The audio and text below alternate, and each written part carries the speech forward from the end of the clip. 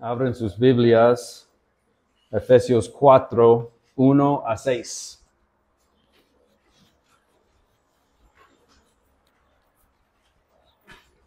Ya estamos en Efesios 4.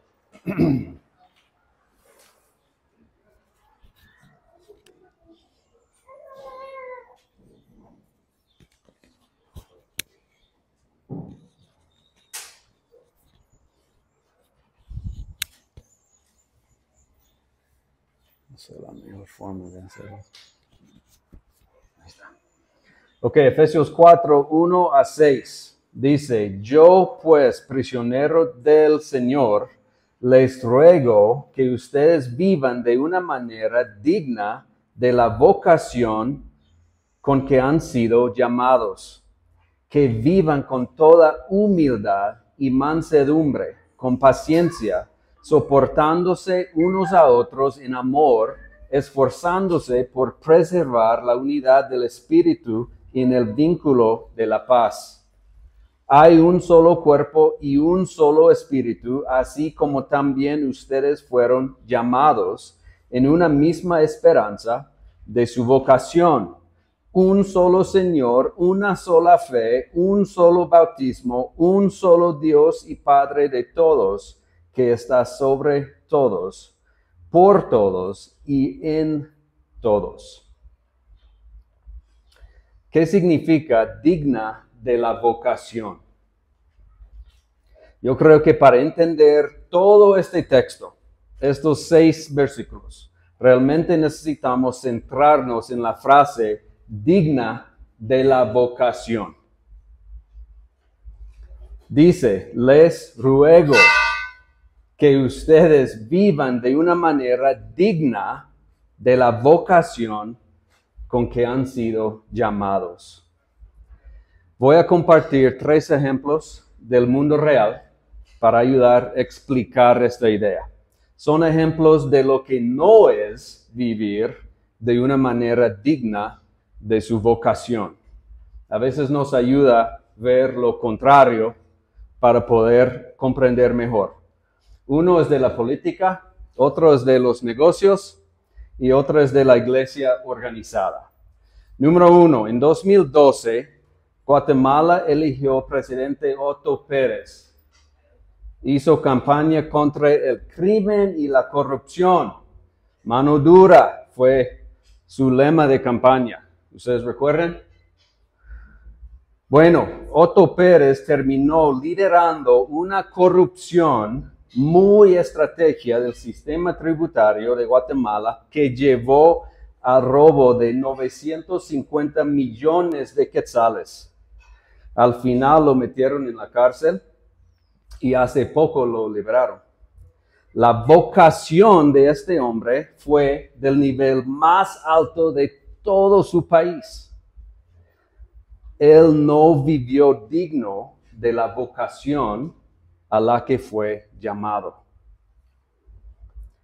Número 2, la FIFA es la organización deportiva internacional más grande del mundo. No sé si recuerden ustedes la investigación de hace unos años de los líderes de la FIFA y UEFA fueron declarados culpables de fraude y lavado de millones de dólares para su propio bolsillo. Su vocación era liderar una de las organizaciones más grandes en el mundo y no vivieron dignos de la vocación de que fueron llamados. Número 3, y más recientemente, hace solo unos días, un pastor muy famoso en los Estados Unidos renunció porque historias de su pasado se hicieron públicas. Él ha sido un pastor para 30 años, casado desde hace 45 años, y aparentemente ha estado manteniendo relaciones con otras mujeres, incluida en su pasado una chica menor de 14 años. Él llevaba años viviendo una doble vida, mientras predicando todos los domingos y pastoreando una iglesia enorme. Este pastor no vivió digno de la vocación a la que fue llamado. Y todos conocen más ejemplos, ¿verdad? Más ejemplos de líderes que han resultado falsos o corruptos, malos representantes de su país o su organización o su ministerio o su familia, personas que no vivieron dignamente de la vocación a la que fueron llamados. Y mi punto para hacer estas comparaciones es eso. Con estos llamamientos o vocaciones muy altos e importantes, viene mucha responsabilidad.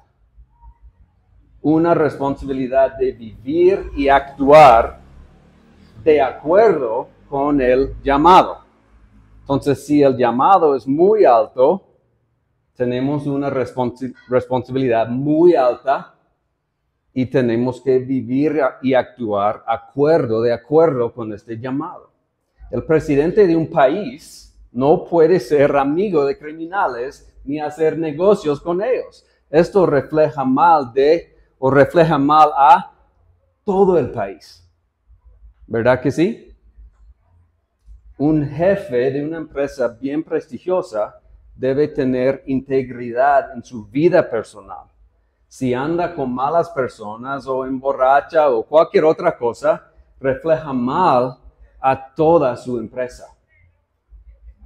Por eso tiene sentido que un papel, un rol, un llamado muy alto requiere integridad, responsabilidad muy alto.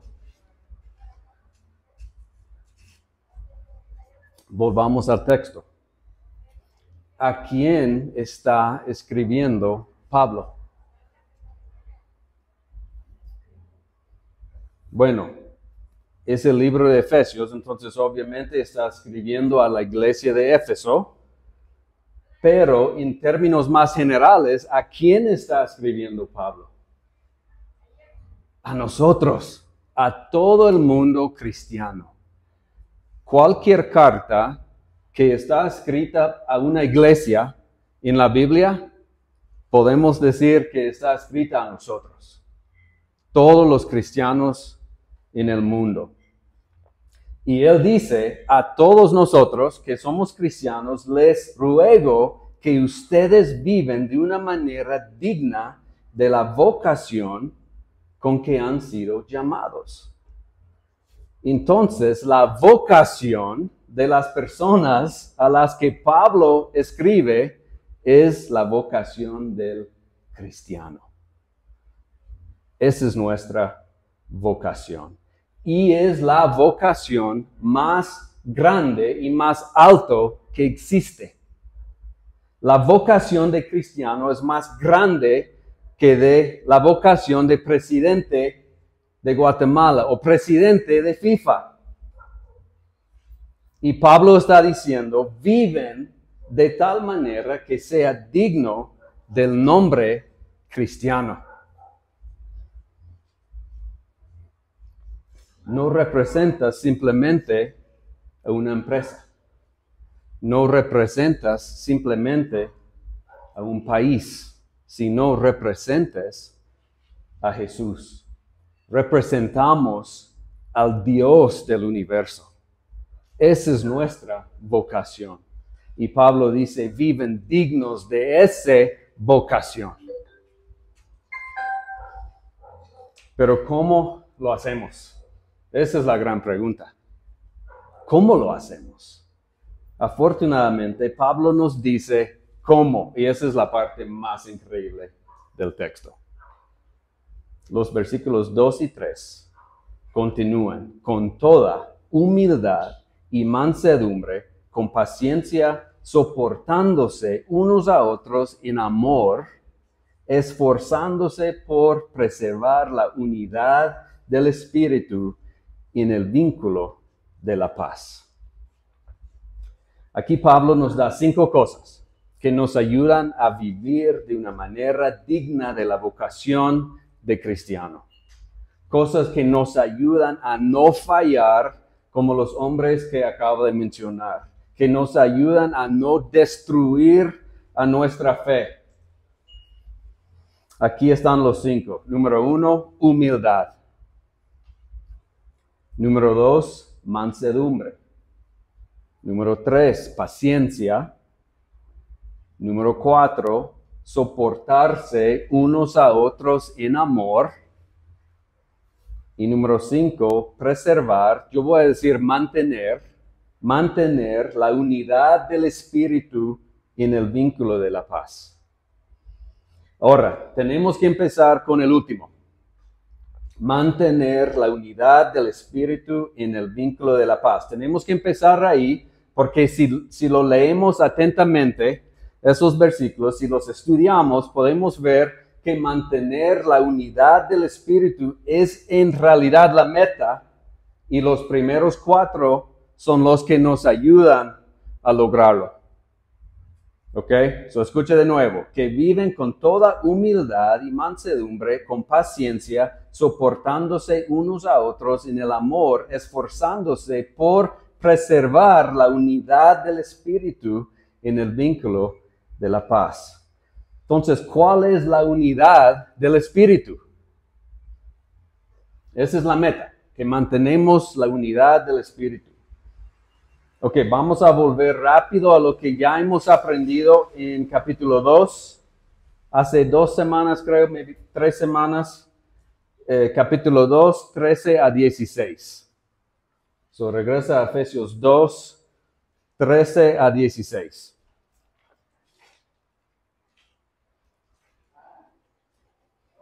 Dice, pero ahora en Cristo Jesús, ustedes que en otro tiempo estaban lejos, han sido acercados por la sangre de Cristo. ¿Recuerdas eso? Porque Él mismo es nuestra paz y de ambos pueblos hizo uno, derribando la pared intermedia de separación, poniendo fin a la enemistad en su carne, la ley de los mandamientos expresados en ordenanzas para crear en Él mismo de los dos un nuevo hombre, estableciéndose así la paz y para reconciliar con Dios a los dos en un cuerpo por medio de la cruz, habiendo dado muerte en ella a la enemistad. Entonces, esta reconciliación o unidad, misma cosa, ocurre a través de la obra de la cruz. Por lo que Cristo hizo en la cruz, la pared entre, ¿quién? ¿Quién dos grupos? Judíos y gentiles ha sido derribado, destruido. Esto significa que para todos que tienen a Cristo, todos los que tienen a Cristo, todas las paredes de división ha sido destruido. La pared entre ricos y pobres, la pared entre los muy educados y los no educados, norteamericanos y guatemaltecos, mexicanas y guatemaltecas, los de la ciudad y los indígenas, cualquier pared. Todas las paredes han sido destruidas por la obra de la cruz. En Cristo ahora somos uno. Ahora estamos unidos. Los cristianos pueden mantener esta unión porque tener a Cristo en común es ahora lo único que importa. Jesús hizo esto mediante su obra en la cruz. Y Pablo está diciendo aquí que vivamos de una manera digna de nuestra vocación, manteniendo esta unidad. ¿Escucharon? ¿Cómo podemos mantener esta unidad que Pablo está hablando? Vamos a explicar. Personalmente, para mí, en mi propio estudio de este texto esta semana, me ha sorprendido lo importante que es para Dios esta unidad dentro de los cristianos. Nuestra capacidad de vivir una vida digna del título cristiano depende en nuestra unidad con otros creyentes. cómo nos amamos, cómo tratamos unos a otros, es realmente asombroso. Ahora volvamos a los primeros 4 porque nos muestran de manera más práctica cómo podemos mantener el espíritu de unidad. Versículos 2 a 3 otra vez, que vivan con toda humildad y mansedumbre, con paciencia, soportándose unos a otros en amor, esforzándose por preservar la unidad del espíritu en el vínculo de la paz. Número 1, humildad. Esa es la primera. Mantenemos la unidad del espíritu siendo humildes. Y esto no debería sorprendernos, porque el orgullo, el opuesto de la humildad, es la raíz de todo pecado. El primer pecado en el mundo invisible fue el orgullo cuando Satanás decidió que él quería ser como Dios.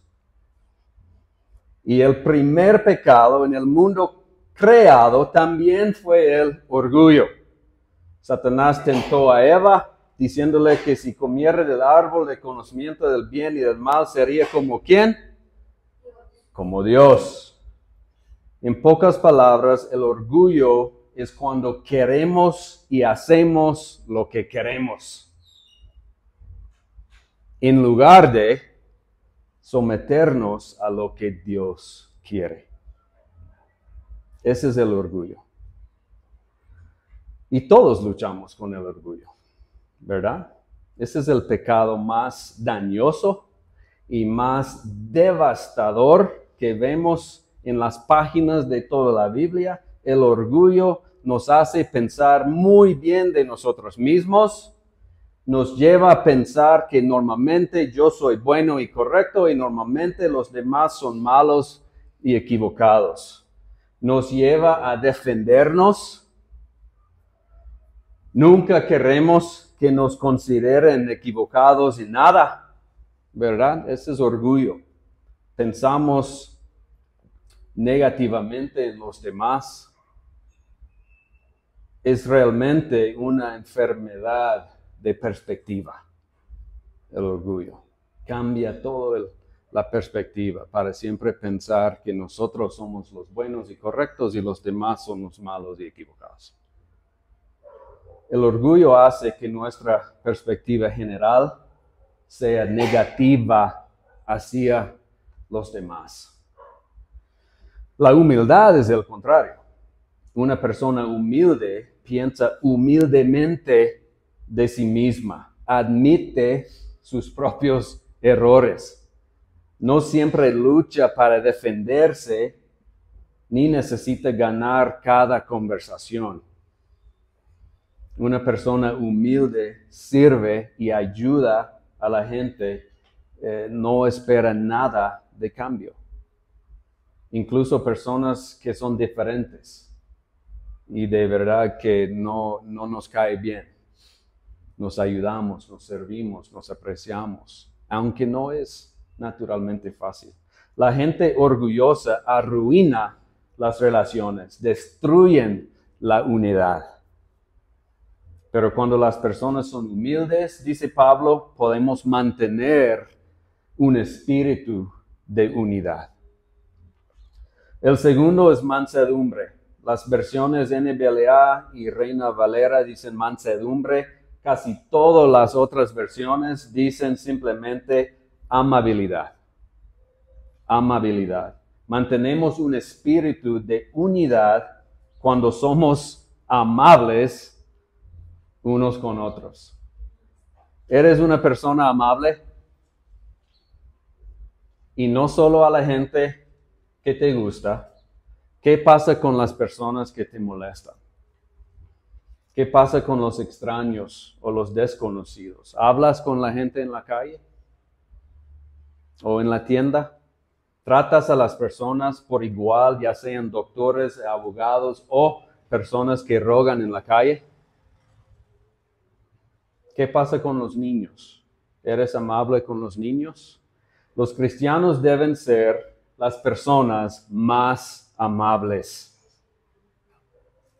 Por cierto, mansedumbre no significa débil, no significa que evites conversaciones difíciles o evites ser firme cuando sea necesario. Pablo y Jesús nos dan ejemplos muchas veces en la Biblia de ser firme o hablar directo, decir la verdad, pero siempre lo hacen con motivos amorosos. Como cristianos, para mantener un espíritu de unidad unos con otros, debemos ser amables con unos a otros. El tercer requisito que Pablo nos da es la paciencia. Todos sabemos lo que significa paciencia y, por supuesto, si queremos mantener un espíritu de unidad en la iglesia, debemos ser pacientes unos con otros. Aquí es la cosa, la paciencia, número 3, proviene naturalmente de la humildad, número 1. Las personas orgullosas no son naturalmente pacientes con nadie. Las personas orgullosas tienen una opinión demasiado alta de sí mismas como para ser pacientes con los demás.